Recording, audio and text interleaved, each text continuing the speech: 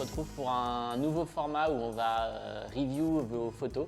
Vous nous avez soumis sur le Discord de Spot des photos pour avoir notre avis, pour vous donner des axes potentiels d'amélioration. C'est quelque chose qui vous avait beaucoup plu la première fois, donc on est trop content de le refaire. On n'a pas pu sélectionner malheureusement toutes les photos que vous nous avez envoyées, on en a eu énormément. Concernant les photos, nous notre but c'est vraiment d'aider. Il n'y a pas de vérité absolue, je pense que tu es assez d'accord avec moi là-dessus. Clairement.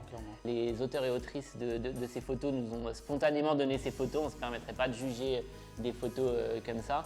Le but c'est de toujours s'améliorer, d'essayer de faire mieux. Pour cet épisode, j'ai décidé de ne pas voir les noms des auteurs et autrices de ces photos.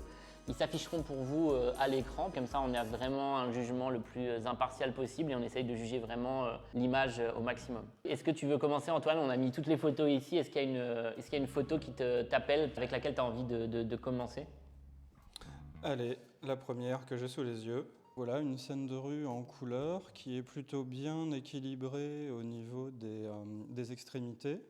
On a un sujet principal par défaut, puisqu'il est au milieu sur une zone de contraste. On tombe sur une ombre. Moi, j'aurais eu envie de voir ce qui se passe dans l'ombre de façon plus nette, de façon plus claire. Parce que ça fait finalement, la façon dont la lumière tombe, ça fait une masse. On imagine bien que c'est l'ombre de la personne ici, mais c'est assez peu lisible. Peut-être à un autre moment, attendre un petit peu, travailler la scène pour avoir une ombre un petit peu plus découpée, où on puisse voir un petit peu plus précisément ce qui se passe à l'intérieur. Celle-là, quand je l'ai sélectionnée, il y a un truc dont je voulais parler et qu'on voit sur d'autres photos, notamment celle-là qui est juste à côté. Il y a un YouTuber anglais, dont je mettrai le lien de la vidéo en description, qui parle de l'effet, de la malédiction Alex Webb. Et j'ai l'impression que sur ces deux photos-là, on est clairement dans ça. On a un peu la touche signature d'Alex Webb avec des ombres très marquées sur des fonds colorés. Il n'y a pas de défaut majeur sur ces deux photos-là.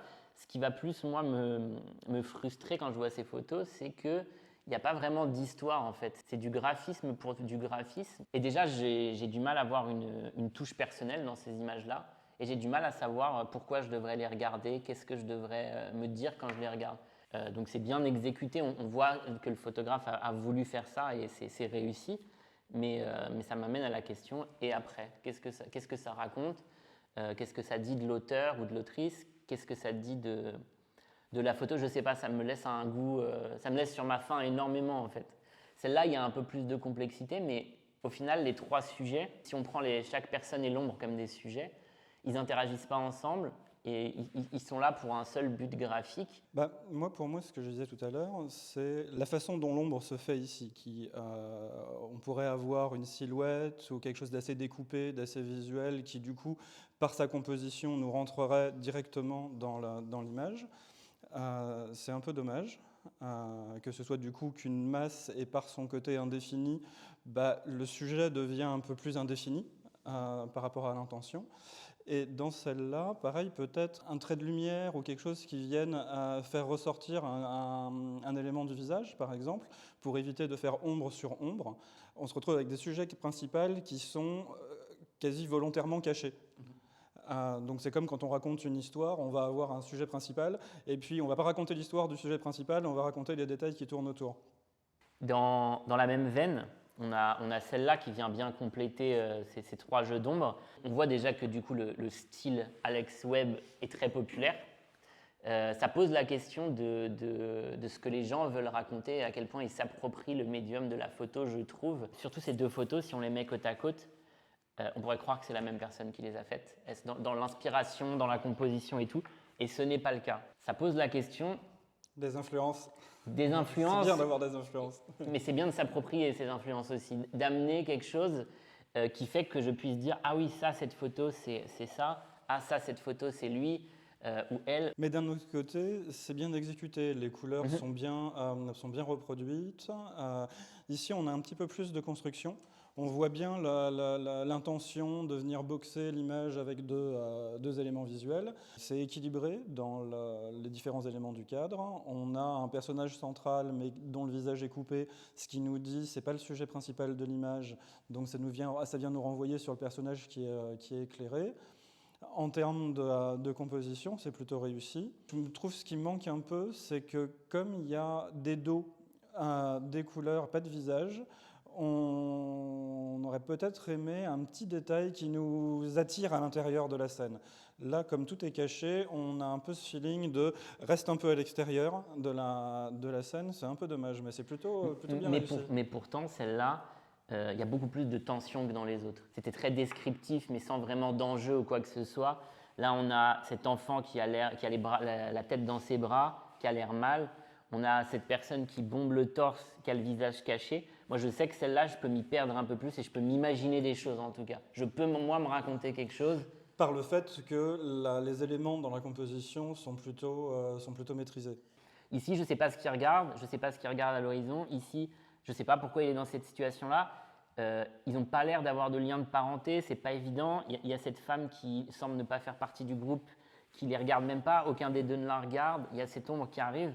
Il y a quelque chose qui se crée pour moi dans celle-là, et ça en fait une image que j'ai envie de regarder plus longtemps. Et sinon, c'est vrai que dans la construction, les couleurs, les ombres sont très bien maîtrisées. Juste celle-là me parle beaucoup plus pour le coup. En termes de placement, on peut peut-être parler de celle-ci, qui, à mon sens, va faire écho à ce qu'on peut dire avec toute la différence qu'il n'y a pas d'humain. Je crois que c'est une des seules dans la sélection. Je pense que c'est la seule. Et en général, quand il n'y a pas d'humain, le cerveau va associer une personne humaine à un sujet principal. C'est un réflexe, c'est comme ça que le cerveau fonctionne. Quand on enlève cette couche-là, il faut être beaucoup plus précis sur tout ce qui reste, ce qui pour moi est le cas ici. Il n'y a pas une superposition malheureuse, on a un étalement de couleurs qui est plutôt heureux. Cette ombre-là qui vient remplir l'espace, pour moi c'est très équilibré et je trouve qu'elle marche vraiment très bien. Comme quoi le placement et l'intention, on sent que c'est cadré au millimètre. Que c'est assez réfléchi. C'est bien avec ce genre de scène, quand il n'y a pas beaucoup de mouvements, on peut vraiment prendre le temps de cadrer très précisément. Voilà comment, même sans présence humaine, une image marche vraiment très bien avec le bon placement et l'attention suffisante. Moi, j'aurais bien mis celle-là en perspective avec celle-là, qui est aussi une scène où il y a très peu d'humains. Et au final, là, le vélo qui passe, j'ai pas l'impression qu'il rajoute quoi que ce soit à la scène. Disons, moi je pense qu'il prend, comme je disais tout à l'heure, une personne humaine va prendre automatiquement l'attention. Donc du coup, ça vient diminuer l'effet du reste. Donc on a un sujet qui a une proportion du cadre total qui est assez petite. Et par le fait qu'il soit là, il attire toute l'attention et ça vient minimiser ce qui se passe de l'autre côté. Ici, le fait qu'il n'y ait pas d'humain, c'est chaque élément prend son propre rôle. Ici, ça marche vraiment bien parce que pour moi, tout est vraiment à sa place. Ici aussi, d'ailleurs, mais dans cette scène-là, le fait d'avoir ajouté un caractère humain fait que c'est automatiquement le centre de l'attention. Pour moi, la personne qui a pris cette photo a fait un entre-deux qui ne me parle pas. Quitte à mettre un sujet, j'aurais aimé qu'il se passe quelque chose de très intéressant. Quelque chose ici pour venir équilibrer les diagonales. Ou une multitude, avoir énormément de points qui du coup deviennent très petits, ou alors justement qu'il n'y ait pas du tout d'humain et qu'on se concentre sur cette forme. Et du coup, ça aurait fait une photo très abstraite, mais qui aurait été très intéressante parce que j'aurais eu beaucoup de mal à deviner ce que je regardais, mais dans le bon sens du terme. Je pense que quand même, quand on fait des photos, on raconte des histoires, consciemment ou inconsciemment. Et que cette histoire, elle tombe un peu à plat. Il y avait un très bon contexte, là où ici, l'histoire est beaucoup plus lisible, puisqu'il n'y a personne, comme tu disais, pour venir casser, nous ramener un peu à ce qui se passe, quoi. Il y a une utilisation des perspectives qui sont différentes dans les deux. Celle-ci est très frontale, avec des lignes droites. On est vraiment sur un positionnement maîtrisé. Ici, je comprends bien que c'est en contrebas. On a une bascule qui fait tendre. Alors, par rapport à ce sujet placé ici, c'est pas mal parce que ça fait tendre l'attention vers ici. Mais pour moi, s'il y avait eu quelque chose ici, l'image aurait gagné en force. Et je vais aller sur deux images. Je vais les mettre en relation, ces deux-là. C'est deux scènes, une en noir et blanc, une en couleur. Les deux personnes sont de dos. Pour moi, elles souffrent des mêmes problèmes. Elles ne sont pas déplaisantes au regard, je trouve. On a un cadre qui est construit, un premier plan, une séparation. Techniquement, on ne peut pas dire que ce soit des mauvaises photos. Moi, j'ai quand même des choses en composition. C'est des petits détails, ça tient à pas grand-chose. Mais d'un autre côté, c'était des configurations qui ne bougeaient pas. Donc, quand ça ne bouge pas, on a le temps de tuner un peu, de régler nos images. Par exemple, ici, alors je comprends le rôle des ombres qui descendent ici, mais on a un espace un petit peu important ici, tout en ayant un espace un peu bouché ici. Et surtout, on a deux sujets au milieu. Et peut-être avec un pas ou deux en avant, certes, le cadre global aurait, je pense, changé un petit peu. Mais un pas de côté ou un pas de devant, ça aurait permis de détacher ces deux points-là, puisqu'on se retrouve à avoir les deux points de focus prioritaires de l'intention de l'image qui viennent en conflit avec le décor qui, lui, ne bouge pas.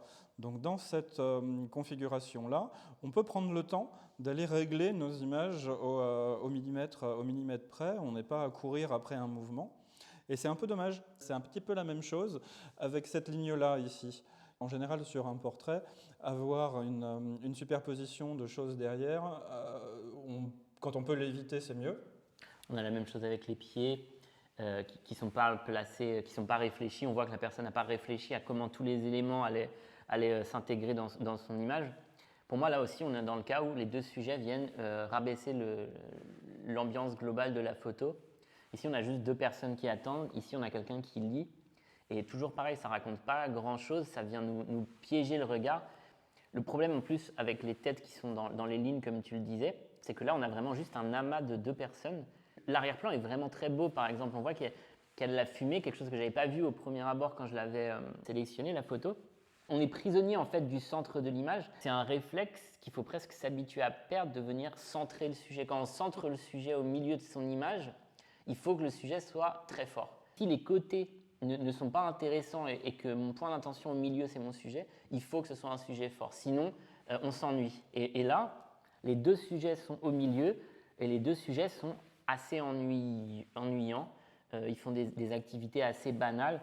J'ai pas l'impression, même si c'est un terme dont je suis pas fan et qui me parle pas spécialement, quand on parle d'instant décisif, j'ai pas l'impression que le photographe a capturé un instant décisif. Il a capturé un instant remplaçable qui me raconte encore une fois pas grand chose. C'est très bien exécuté sur les deux photos et c'est en ça où pour moi c'est très encourageant, c'est que oui, ça se voit que les photographes là maîtrisent leur appareil. C'est pas grand chose, mais c'est les derniers détails. Exactement. Là, on a un photographe qui sait ce qu'il fait. Les couleurs sont très belles. Le noir et blanc, moi qui fais du noir et blanc, je trouve le noir et blanc très beau. Et on a encore un peu d'informations. Exactement, qui est très intéressante en plus. Des informations un peu oniriques, ça laisse un peu pensif et tout, c'est très bien. Donc là, vraiment, ce qu'il faut, c'est maintenant se concentrer sur ce que ces photographes veulent raconter, qu'est-ce qu'ils veulent dire et comment le mettre en pratique, quoi. On peut parler peut-être de celle-là et de celle-là, si ça te va.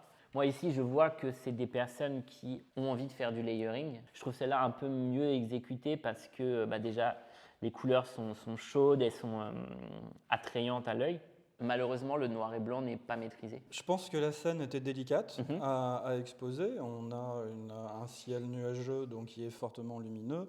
On a, j'imagine que du coup, dans cette configuration-là, le mur, le pont est assez sombre. En général, moi, je me méfie des gens de dos.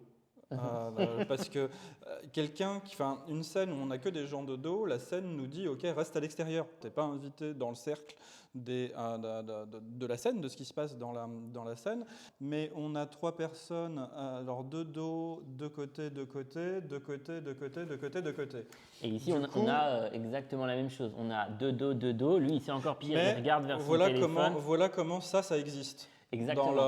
Dans l'image. Alors des gens, un sujet principal parce que c'est des gens, le cerveau va aller calculer ces gens, ils sont de dos, donc ok, c'est pas le sujet principal, il doit se passer autre chose. On arrive là parce que c'est une couleur plus claire. Pareil, un petit peu en dedans, donc on n'est pas invité. Il regarde son téléphone. Voilà, on n'est pas invité. Lui nous dit je ne veux pas. On n'est pas invité à rentrer dans cette scène-là. Par contre, en opposition de ça brille. Dans la composition, le geste est bien, il n'y a pas de superposition. Cette image, pour moi, le photographe ne pouvait pas faire mieux avec ce qu'il avait à ce moment-là. Tout est bien positionné, c'est esthétique et tout, et c'est graphique, c'est bien composé, il y a beaucoup de textures. les ombres sont intéressantes. On garde le détail ici dans la zone qui est un peu plus sombre. En termes de contenu, c'est assez fort. Visuellement, c'est bien rendu. Ici, on a quelque chose d'un petit peu plus brouillon dans les attitudes des différents éléments. Ce qui fait qu'on rentre un petit peu moins dedans. On comprend rapidement qu'on est sur un pont, qu'il y a des gens qui passent d'un côté, de l'autre. Bon, la scène était à mon avis assez compliquée à exposer. Est-ce que c'est pas des scènes comme ça, par temps gris, qui mériteraient un petit coup de flash? C'est une question qui peut se poser. Moi, je pense surtout que celle-là, c'est un endroit où la personne doit revenir tous les jours, pendant des mois, voire des années. Si vraiment il y a une affinité avec ce cadre-là, c'est toujours bien, hein, quand on chope un endroit qu'on aime bien, de revenir, d'apprendre à le maîtriser, en fait. Et d'essorer la situation le plus possible. À part un énorme coup de chance, avoir une juxtaposition, un alignement intéressant, ça n'arrivera pas. Il y a un photographe qui s'appelle Eaton by Flower qui est un peu un des spécialistes de ce genre de composition très complexe. Sauf que lui, il se passe toujours quelque chose. Et lui, en interview, quand il en parle, c'est des années. On parle d'années à revenir sur le même spot et d'y passer plusieurs heures. Donc, c'est une bonne idée, mais maintenant, il faut l'abnégation d'y amener plus et d'y amener quelque chose d'intéressant parce que là, s'il y passe peu de temps à chaque fois, il aura rarement mieux que ça. Et ça ne pourra jamais s'élever comme une photo plus intéressante. Quand on découvre un spot comme ça en se baladant, là je sais pas, en fait j'arrive pas à voir est-ce que c'est une photo qui a été prise en passant ou est-ce que la personne s'est arrêtée plus ou moins longtemps devant. Le fait que la tour soit pile poil au milieu, j'ai l'impression que la personne avait choisi son cadre. Ce que je veux dire, c'est que s'il a passé 5 minutes ici, ça nécessitait peut-être 15, 20, 30 au minimum. Donc, il ne faut pas hésiter quand on voit quelque chose dont on sent le potentiel, de ne pas décrocher soit avant d'avoir eu une image, ou soit avant d'avoir compris comment cet endroit-là il fonctionne. Typiquement, quand on arrive dans un spot et qu'il y a du passage, il faut le tester le matin en allant au travail, le midi à la pause repas et à 18h aux sorties, pour voir déjà comment ça se passe quand il y a le maximum de densité. Ensuite, il faut y aller autant que possible, hein, bien sûr, mais c'est pas quelque chose qui va se passer au pif, ou alors vous êtes extrêmement chanceux. C'est vraiment quand on dit travailler son image, on est parfaitement là-dedans sur celle-là. Il faut prendre en compte tous les paramètres pour essayer de maîtriser. On ne maîtrise pas ce qui va se passer dedans. On n'a jamais le contrôle sur ça. Par contre, on contrôle tout le reste. On peut contrôler un maximum d'éléments. En fait. On a beaucoup plus le contrôle sur ce qui se passe en face de nous qu'on croit. C'est ça. En fait, on a quasiment autant de contrôle sur ce qui se passe en face de nous qu'un peintre devant son tableau blanc. C'est les ficelles pour contrôler tout ça. C'est pas la même chose du tout. Exactement. On a le choix de notre distance, on a le choix de notre moment, on a le choix du cadre. Quand on passe une réalité en 3D, en 2D, on crée des liens entre les éléments qui n'existent pas. Le lien entre ces personnes-là, à mon avis, elles ne se connaissent pas, elles n'ont pas forcément conscience qu'ils passent, voilà. Le fait d'avoir passé cette scène-là, tac, en 2D, on a, par le fait d'avoir pris une photo, créé des liens entre ces éléments qui deviennent des éléments visuels. Et là, ces liens, ils sont pas évidents. On voit trop qu'aucune de ces personnes ne se connaissent. Il n'y a pas d'histoire qui est racontée. La personne n'a pas utilisé les 4 côtés de son cadre pour créer quelque chose à l'intérieur, en fait. Ici, ça aurait pu être 10 cm à côté, c'était la même histoire. Il n'y a pas eu d'intention de venir faire mélanger les mondes des différentes personnes. Par contre, je pense dans une pratique, cette image est assez importante, parce que c'est une bonne image de travail. Je vais la relier tout de suite avec celle-là, qui pour moi est le point de départ de cette photo. Celle-là, on est un peu plus avancé dans le processus. Ici, on est au point de départ dans le sens où la personne a trouvé un endroit intéressant, de la même manière qu'ici, elle a une idée en tête. Mais ici, pour moi, il n'y a rien qui a été mis en place pour nous raconter quelque chose. La composition de cette image, c'est la même chose qu'ici. Les 2 stops qui se répondent, des flèches. Donc on voit l'intention de jouer avec ça de la personne. Par contre, il y a des gens absolument partout qui se superposent sur la gauche, il y a les câbles qui viennent ici. À l'inverse de celle-là, j'ai l'impression que la personne ici, pour faire une bonne photo, elle doit venir déjà quand il y a moins de monde. Pour avoir plus de chances de créer quelque chose, un jeu avec les différents panneaux d'indication, ou bien quand il n'y a personne et d'essayer de trouver quelque chose de plus joli. Parce que ici, c'est très brouillon, sans qu'on sache vraiment où regarder. Alors, moi, ça me rappelle une réflexion que j'avais il y a quelque temps. Il y a une série sur Netflix, ça s'appelait Le problème à trois corps. Donc, à la base, c'est quelque chose d'astrophysique. Voilà, c'est pas forcément intéressant dans ce cadre-là. Par contre, ce que ça raconte, c'est que, en gros, c'est quelque chose c'est dans l'astronomie, c'est-à-dire quand il y a deux corps qui se tournent autour, on peut à peu près prédire ce qui va se passer. Quand il y en a un troisième qui rentre dans l'équation, c'est quasiment impossible. C'est exactement pareil avec la photo de rue. On doit aligner soi-même avec son environnement et avec un truc qui se passe dans cet environnement-là. Ici, on a une zone claire. On est sur une ligne de tiers, on a une zone claire avec un élément ici. C'est d'emblée une zone chaude ici, et on a, à pas grand-chose, une superposition entre deux éléments visuels. Et ici, on parle vraiment de perspective, parce que la personne est en total contrôle de l'endroit où elle va mettre ce petit... entre les deux, il aurait été plus heureux. Ouais, voilà, mais ce que je veux dire, c'est que la personne contrôle ça. En termes de perspective, il y a un angle qui penche comme ça. Exactement. On comprend bien que c'est une contre-plongée et que, on ne peut pas tout maîtriser non plus, je suis assez d'accord, mais... Comme ça, il n'est pas très heureux dans la mesure où je pense que le cadre, globalement, est bien. Je veux dire, moi j'aime bien ce qui se passe en termes de touches de rouge, de touches de couleur. Maintenant, il faut s'aligner soit avec son environnement et s'aligner tout ça avec quelque chose qui s'y passe.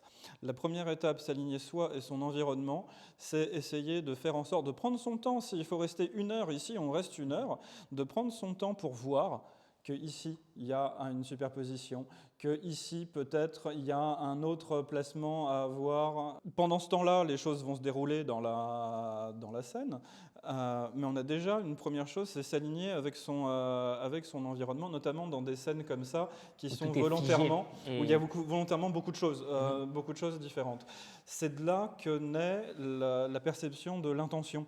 Là, on ressent vraiment l'intention parce que les choses sont à leur place. Mais ce petit millimètre-là est important. Ici, avec les trucs qui remontent. Voilà, pas de superposition ici, qui reprend celui-là. On a déjà un travail avec l'environnement. Et une fois qu'on est au clair avec l'environnement, on va attendre un petit peu sur une configuration comme ça, qui est des choses qui rentrent dedans. Alors quelquefois, ça peut prendre 1 heure, un jour, on ne sait pas trop, mais ça vaut le coup. À l'inverse de certaines photos qu'on a vues avant, ici, moi, je vois vraiment l'œil du photographe qui arrive à identifier un endroit esthétique et intéressant, mais un manque peut-être de technicité, de pratique qui fait que peut-être qu'il n'a pas identifié tous ces problèmes en le voyant. Souvent, on se fait parfois avoir par nos propres images, en fait. On est très excité quand on voit quelque chose de nouveau. Le fait d'arriver quelque part, de tourner la tête, de monter l'appareil à l'œil, faire ça et d'avoir tout absolument parfait, soit ça n'existe pas, soit c'est très rare. Je vais t'amener une photo où le lien n'est pas forcément évident, mais moi j'ai quand même envie d'en parler maintenant. Sur celle-là, à l'inverse, on a une situation assez banale. Quelqu'un qui monte les marches, quelqu'un d'élégant pour le coup, qui est habillé de façon élégante, un cadre qui est assez joli. Et par contre là, on a un choix radical du photographe dans la façon de cadrer. Même si tout n'est pas parfait et qu'il y a quelques petits trucs qui pourraient être changés, l'intention est claire et ça rend l'image tout de suite beaucoup plus intéressante. Je ne sais pas ce que tu en penses. Alors, je pense que ça discute, c'est des appréciations personnelles. Peut-être une toute petite seconde après, histoire d'aligner la ceinture avec cette ligne-là, ça aurait donné un petit peu plus de prestance au haut du corps et avoir ce jeu d'intention visuelle assez marqué, de venir aligner les choses. Et là, ça nous aurait fait vraiment, en termes de ligne, une correspondance exacte. Je suis assez d'accord. Il y a pas mal de détails. J'allais te parler de ça, où ça doit être croppé obligatoirement. On a un peu de... je comprends la diagonale qui n'est pas exactement dans le problème, c'est que ça nous ramène trop au métro. Voilà. Ça, c'est vraiment très distrayant. Voilà. En opposition à celle-là et peut-être la photo là-bas. Ici, on est vraiment sur quelque chose de très sage, entre guillemets. Vraiment... C'est la photo un peu presque typique du photographe de rue à la Cartier-Bresson. Ouais, comme je te dis, ça pour moi c'est un peu trop sage, c'est un peu ennuyeux dans ce qu'il y a parce que il n'y a pas grand-chose en fait. Il y a une silhouette qui n'est pas maîtrisée et on ne sait pas si elle avance, si elle vient vers nous ou quoi. À l'inverse ici, la personne a fait le choix de complètement tourner son truc Il crée du mouvement forcément en mettant sa caméra à quasiment à 90 degrés. Il crée du mouvement, de l'intensité, de l'intérêt. Au départ, on va se dire, ok, j'ai mon grand angle, il va faire plein de déformations, il faut que je reste bien droit, bien parallèle au sol. Il y a une autre version d'utilisation d'un 28 qui est justement de l'utiliser pour ces déformations et de venir tilter un peu les horizons. En général, ça rajoute du dynamisme qu'on voit bien ici avec un mouvement. Presque trop à l'extrême. Là, c'est hardcore et tout. Quand on voit toutes ces photos cadrées très scolairement, celle-là, elle ressort tout de suite. Et on voit que, c'est sûr que cette photo, le photographe a une intention très claire et qu'il n'a pas peur en fait de s'amuser en fait. Tu vois, c'est Winogrand qui est sûrement le photographe de rue le plus connu pour son utilisation des tilts. C'est quasiment sa signature. Moi, il y a un truc qui m'a fait énormément rire dans le bouquin d'Eskenazi, The American List. Donc, tu as tous les photographes qui disent quelle est leur photo préférée de l'exposition de Robert Frank, The American. Pour Winogrand, quand on lui a posé la question, les paroles rapportées, c'est « Ah, c'est cette photo-là », c'est tout simplement parce que le cadre était penché. Donc il était tellement fasciné par ça que même chez les autres, c'était ce qu'il préférait. Après, il a beaucoup utilisé des grandes focales il était assez au 28 larges. La majorité du temps. Justement, le fait de tilter un peu les horizons, ça peut ramener sur certaines images beaucoup de dynamisme. Et ça vient casser les lignes. Et quand tu parlais du cerveau humain, le cerveau humain aussi, quand il voit des lignes droites, il cherche de la symétrie, il cherche de l'architecture. Et souvent, ça nous sort de ce qui se passe dedans, en fait. Quand on a un sujet et qu'on veut le rendre intéressant, il ne faut pas qu'il y ait des lignes de trop droites, sinon on va se perdre dans le côté architectural. Celle là-bas, pour moi, c'est exactement ça. Elle est très belle au demeurant, elle est très jolie et tout, mais pareil, c'est très scolaire, c'est très... c'est presque du Wes Anderson, un petit peu, tu vois, ce côté vraiment... tout est à sa place, etc. C'est pas forcément une mauvaise chose. Hein. Le gros souci de l'image, pour l'adresser tout de suite, c'est la tête qui vient se perdre, qui est complètement au milieu de plein de lignes, qui rend le truc très peu lisible. Moi, c'est pas un souci, c'est plus une invitation faite aux gens de ne pas avoir peur d'essayer des trucs, en fait, d'être plus créatif. Parce que cette image, c'est très Instagram-friendly, quoi. C'est vraiment un truc... Tu vas aller voir des tonnes avec des néons, des sujets de dos majoritairement, hein, c'est des sujets de dos. Et n'importe qui aurait pu être photographe. Ici, je ne vois pas du tout le photographe. À l'inverse, ou celle-là, même si c'est de dos, j'ai envie de voir d'autres photos de ce photographe. Parce que je me dis, ah putain, c'est marrant. Il voit des trucs. Il y a quelque chose qui change. Voilà, il y a tout de suite un truc. Il y a une intention, en tout cas, qui est plus visuelle. Par exemple, sur celle-ci, le fait qu'effectivement, il n'y a qu'un seul élément principal, parce qu'au milieu, parce que silhouette humaine, et on vient nous mettre un conflit avec un autre élément, parce que c'est peut-être le seul élément qui est horizontal, et c'est dommage. Et c'est d'autant plus dommage qu'on voit où est situé le photographe, on voit tous les pas qui le séparent du sujet, donc la personne a forcément été là le temps qu'il a marché. Donc là, il a eu l'opportunité de vraiment réfléchir à son cadrage et de le prendre à un autre moment qu'au moment où sa tête vient se perdre, tu vois. Oui, j'invite vraiment tout le monde à faire vraiment attention à vos superpositions. Dans une grande majorité des cas, la superposition, ça ne va pas être votre ami du tout. On va pouvoir jouer avec ça, mais dans une pratique très avancée. Et encore, la probabilité d'avoir vraiment une belle image avec de la superposition, elle est quand même pas très grande. Ah bah tiens, je vais rebondir là-dessus avec cette image-là. Celle-là, pour moi, quand on parle de superposition, je sais pertinemment que c'est ce qui a plu à la personne, c'est que presque toutes les têtes sont détachées. Et je sais... Je crois que le sujet, c'est le presque. C'est le presque, mais ce que je veux dire, c'est que cette photo-là, elle n'est pas vraiment intéressante. Il se passe littéralement rien. On a des gens qui sont devant leur téléphone et tout. C'est très banal et c'est très plat. Je suis convaincu que ce que la personne a aimé et pourquoi elle a envoyé cette photo, c'est justement qu'on a un début d'étalement. L'étalement des visages, je suis complètement d'accord. Et je dis ça pour dire que l'incorporer dans ces images, ça vient surélever quasiment n'importe quelle image. Cette image-là, je pense que la personne l'a aimée parce qu'il a vu ça. Peut-être qu'il n'a pas su que c'était ça qu'il aimait. Justement, il se pose la question parce qu'il doit se dire, il ne se passe pas grand-chose, mais pourtant je l'aime bien. pourtant je l'aime bien. Mais qu'est-ce qu'il aime bien? Il aime bien cette presque alignement parfait en fait. En fait, on a toujours ces figures humaines. Quand le cerveau va voir ça, il va trouver ça un sujet intéressant. Donc on a un joli rythme. Ici. On a cette personne derrière qui n'est pas très heureuse, qui est pas très heureuse. Mais bon, c'est comme ça. Peut-être qu'à ce moment-là, 50 cm, un pas, tac, un pas sur la gauche, ça aurait passé cette figure-là derrière la tête et du coup dégager l'image. Ce que j'aime par contre vraiment, et ce qui est très bien, c'est que là il y a une vraie tentative. Il y a vraiment une envie de maîtriser quelque chose qui est très complexe. C'est comme l'image de tout à l'heure, c'est une bonne image de travail. Ouais, mais encore plus celle-là, j'ai envie de dire, parce qu'on est encore plus près. Tu es identifié en tant que photographe, donc c'est très dur. Et là, c'est vraiment très encourageant de voir ça. Alors c'est de moins en moins facile avec le temps, mais il faut se méfier des téléphones. Si on enlève ça, les choses deviennent plus mystérieuses. Ah mais totalement. Ce que beaucoup de photographes cherchent dans une photo, c'est de la tension, c'est du conflit, c'est du questionnement. C'est un adage, c'est trop utilisé presque, mais ce qu'on va dire dans une photo, c'est qu'elle doit poser plus de questions qu'elle n'en répond. Complètement d'accord.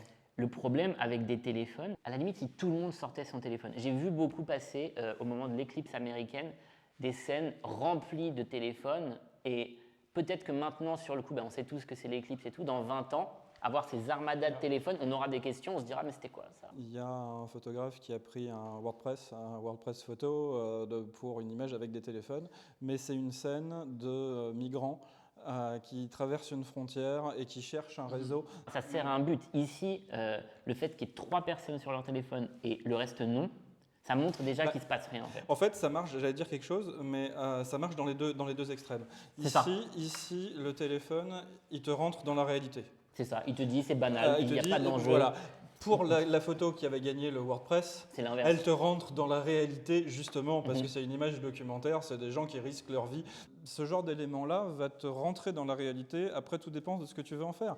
Pour continuer sur le conflit, le questionnement dans les images, pour moi celle-ci, elle souffre de ce gros problème qui est on est trop ancré dans la réalité. Le photographe n'apporte pas grand-chose dans ce qui s'y passe. On a une famille devant un train qui attend le train. On a une personne qui donne une pièce à un artiste de rue. C'est pas forcément très esthétique dans la manière où c'est construit. Ici, on a 2 personnes derrière. Ici, on a un espace qui est vraiment assez gros à gauche. Il y a un peu plus de lumière et tout, mais tu vois, c'est des images qui sont très banales. Et peut-être qu'il y a des gens qui adorent capturer le banal. On a cette personne, cet artiste de rue qui est là, il doit être là souvent, très souvent. Mais je pense qu'il y a mieux à faire que de venir prendre en photo à ce moment-là. Je ne sais pas ce que tu en penses. On a une expression ici qui a l'air d'être en lien directement avec la présence du photographe. L'action est quand même reproductible, c'est-à-dire des gens qui vont venir soutenir des artistes de rue, il va y en avoir partout. On n'a pas grand-chose qui est mis à l'honneur. Même le geste là qui vient se fondre dans la silhouette, finalement, il n'existe pas on n'a pas tant que ça.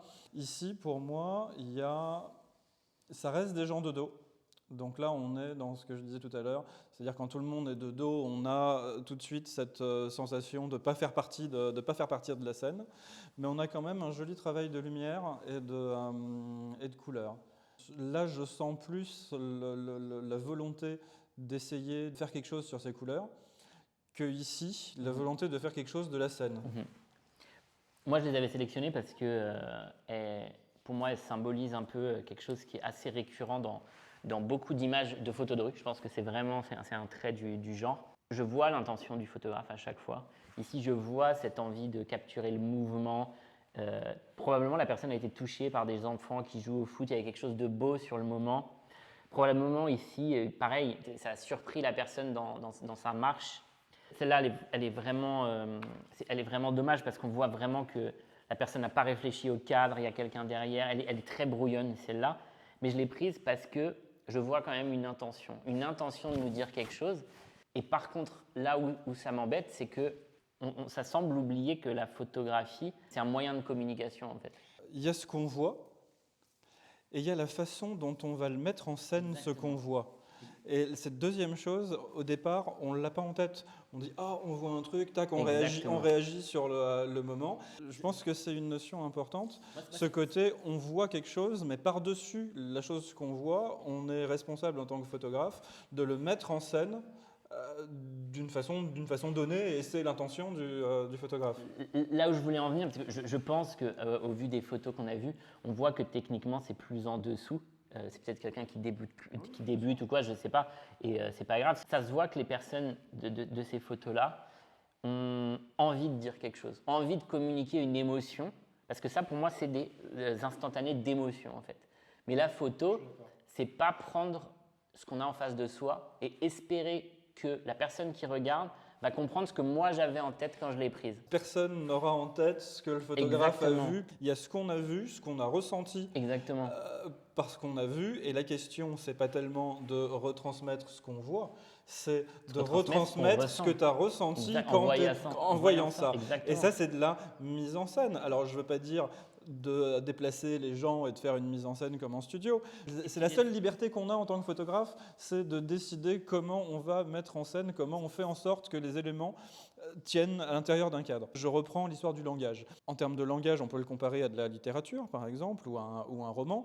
Donc on a un sujet principal qu'on ne décrit pas, qui va évoluer dans l'histoire, mais on ne le décrit pas puisqu'il est de dos. Il prend un petit peu de place, donc ça veut dire qu'on va faire quelques pages sur un sujet principal qu'on ne décrit pas. On a des sujets très secondaires qui me semblent être plutôt bien, et on a une action qui n'est pas très marquée. Donc c'est comme ça qu'on peut traduire ce côté langage. C'est comment est construit un récit.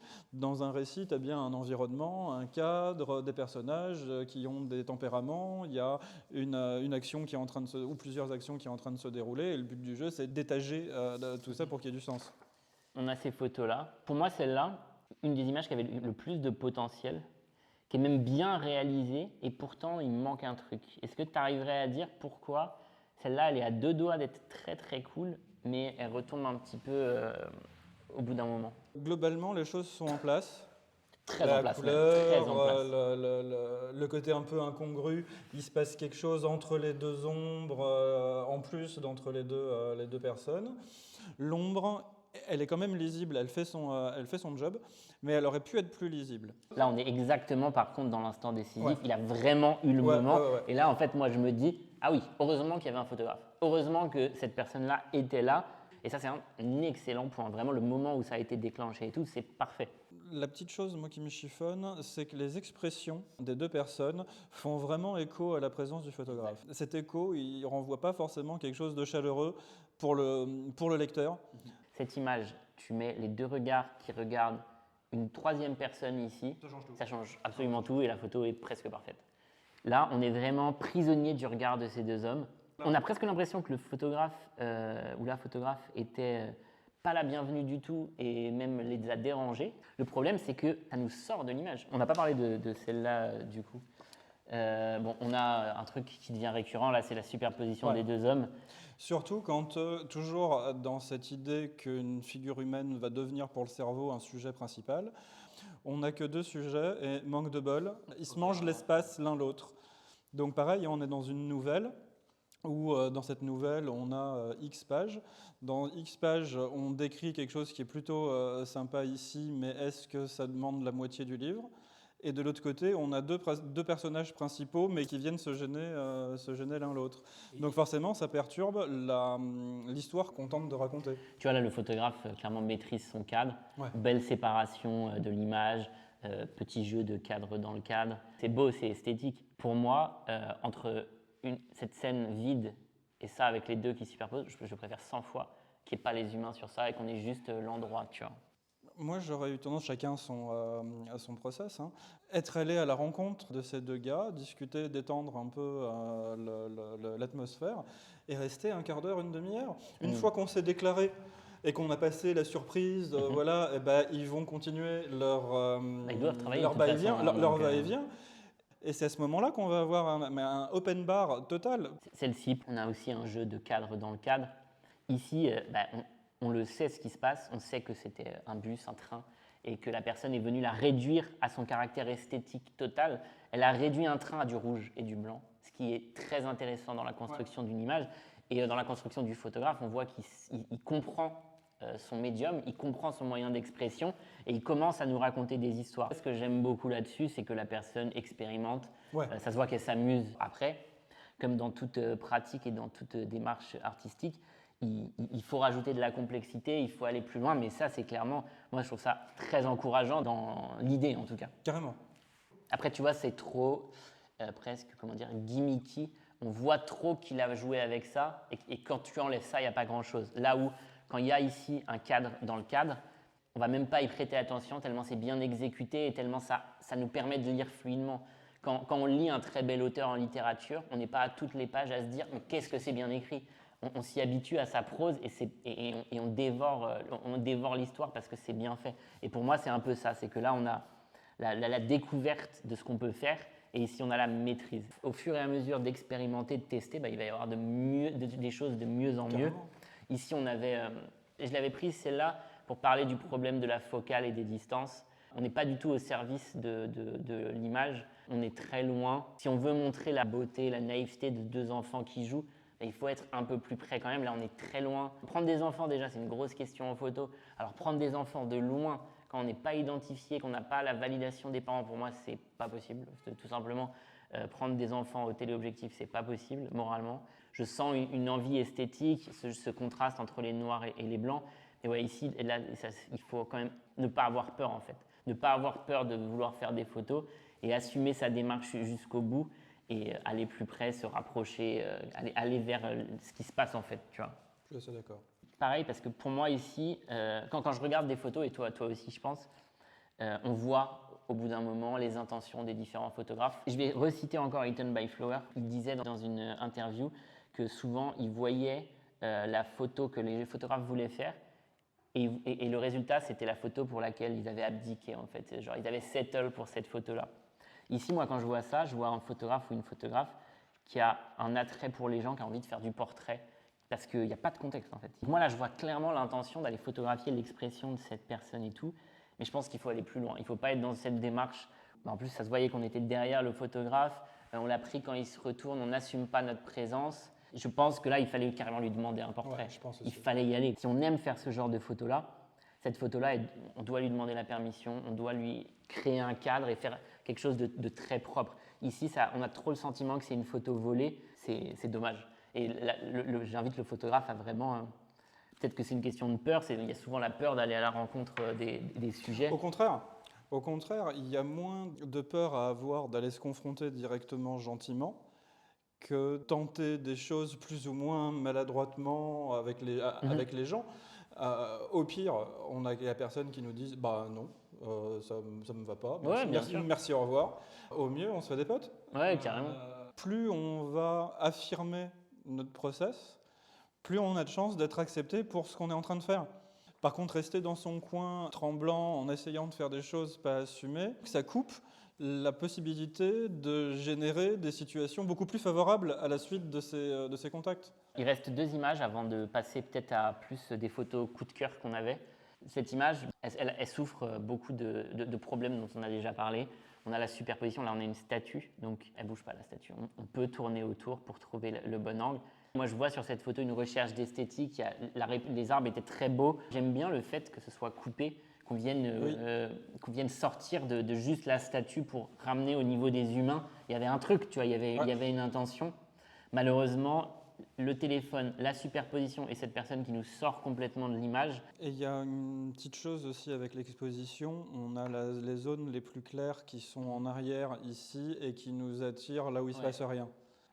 Et c'est probablement, quand je parle des photographes où on se piège nous-mêmes, c'est peut-être même ça qui a attiré le regard de chez la personne qui a voulu faire cette photo-là parce qu'elle trouvait que c'était esthétique en oubliant ce qui pouvait peut-être se passer devant. Cette photo, c'est peut-être celle qui était le plus dur à analyser.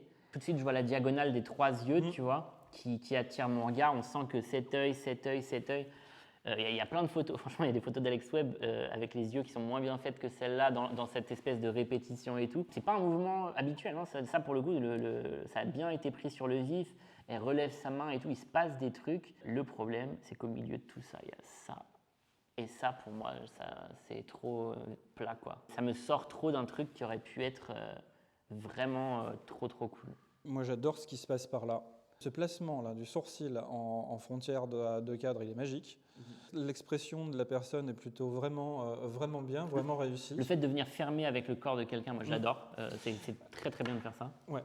De l'autre côté, une photo d'une photo. S'il n'y avait pas la texture, ce serait très différent déjà On aussi. comprend bien la volonté de vouloir inclure ça pour les répétitions, comme tu disais, dans la diagonale. Donc, Je trouve qu'à la limite, quand on ferme ici, on voit encore plus les défauts. c'est vrai. Et là où ici, on voit des forces. Là, il y a une force. Et c'est pour ça que moi, je mettais celle-là parce que je ne savais pas comment me situer. D'un côté, je l'adore et je vois à quel point c'est très dur d'avoir cette expression de si près, comme ça, très dur. Et ça, c'est genre, franchement, une demi-seconde plus tôt, elle vient cacher ce groupe-là avec son corps et la photo est excellente, quoi. Après, là, on est sur un photographe ça se voit qu'il est avancé dans sa pratique. Voilà, c'est ça. Clairement. Très belle image, très bonne. Enfin, là, pour le coup, là où je pense beaucoup aurait settle justement pour un truc basique avec les yeux. Là, on a vraiment une expression, encore une fois, j'insiste là-dessus. Ce côté-là est magique. C'est incroyable. Et qui vient répondre à ça au même moment. Enfin, je comprends qu'il kiffe la photo, c'est incroyable. Les textures de l'arbre, en plus, sont un peu similaires avec les textures d'ici. Ah ouais, non, clairement. Je te disais... ces trois personnes qui... C'est trop chiant, c'est trop chiant. Moi, j'aurais voulu finir sur les 2 coups de cœur ici. Moi, c'est 2 coups de cœur que j'ai eus. J'ai celle-là aussi, on l'a prise au début pour illustrer, mais je trouve celle-là excellente. Vraiment très cool. Elle a quelques défauts, peut-être de déséquilibre à gauche, à droite. Ici c'est sombre, ici c'est lumineux, ici il y a un sujet, ici il n'y en a pas. L'expression de la gamine est très forte. L'expression est très forte. Les cheveux tombent bien, pile bien sur le visage. Là on a du mystère et en fait là, ça laisse libre cours à notre imagination, mais dans le bon sens du terme. Je trouve ça magnifique, on est très près du sujet et pourtant, là où tout à l'heure, le photographe nous ramène à lui, mais là le photographe n'existe pas en fait. Comment le photographe a réussi à être ici et à capturer ce regard fuyant, les regards dans les différentes directions avec la main. Enfin pour moi c'est top, c'est tout ce que je veux d'une photo, c'est joli. Tellement fort, tellement joli, tellement intéressant, etc.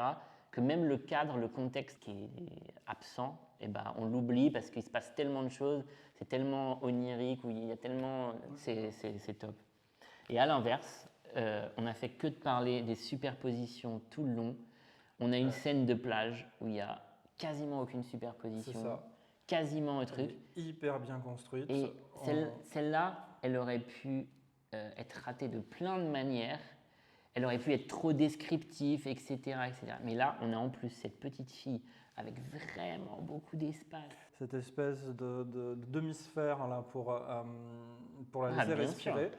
Même s'il y a beaucoup d'éléments derrière, il y a très peu de superpositions. Quasiment chaque pied est lisible. Ouais. Les jambes, tu parlais, elles viennent tout de suite en contraste avec elle, qui est très ancrée. Il y a tous ces enfants qui s'amusent en mouvement avec les jambes bien identifiables. Et ici, on a l'opposé en fait. Une petite fille qui regarde le sol seule, les pieds serrés et tout. C'est ça qui fait la force. Un truc que je me dis aussi, il n'a pas l'air de faire extrêmement soleil. Ça a l'air d'être un jour un peu gris. Et je trouve que c'est un très bon exemple de comment on peut gérer de la photo en couleur par temps gris.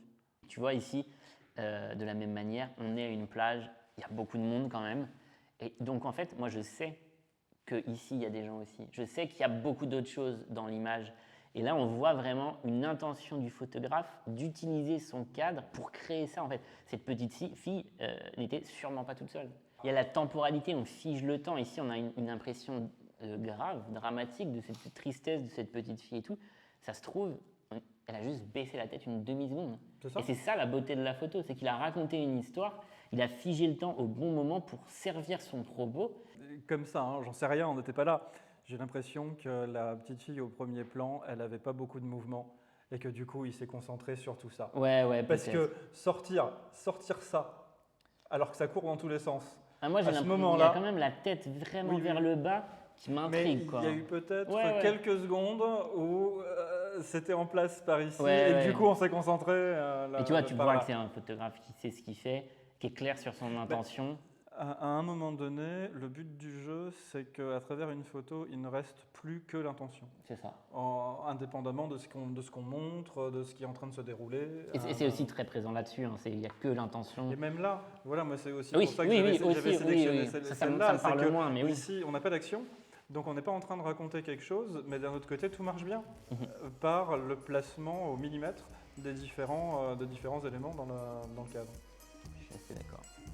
On espère que ça vous a plu, nous on aime beaucoup faire ça. C'est super intéressant de pouvoir discuter de photos comme ça en détail. Si ça vous a plu, n'hésitez pas à le dire en commentaire pour qu'on fasse une 3e fois ce genre d'exercice. Et n'oubliez pas de vous abonner, d'aimer la vidéo, ça nous aide énormément. Voilà. C'était coolos. Ouais.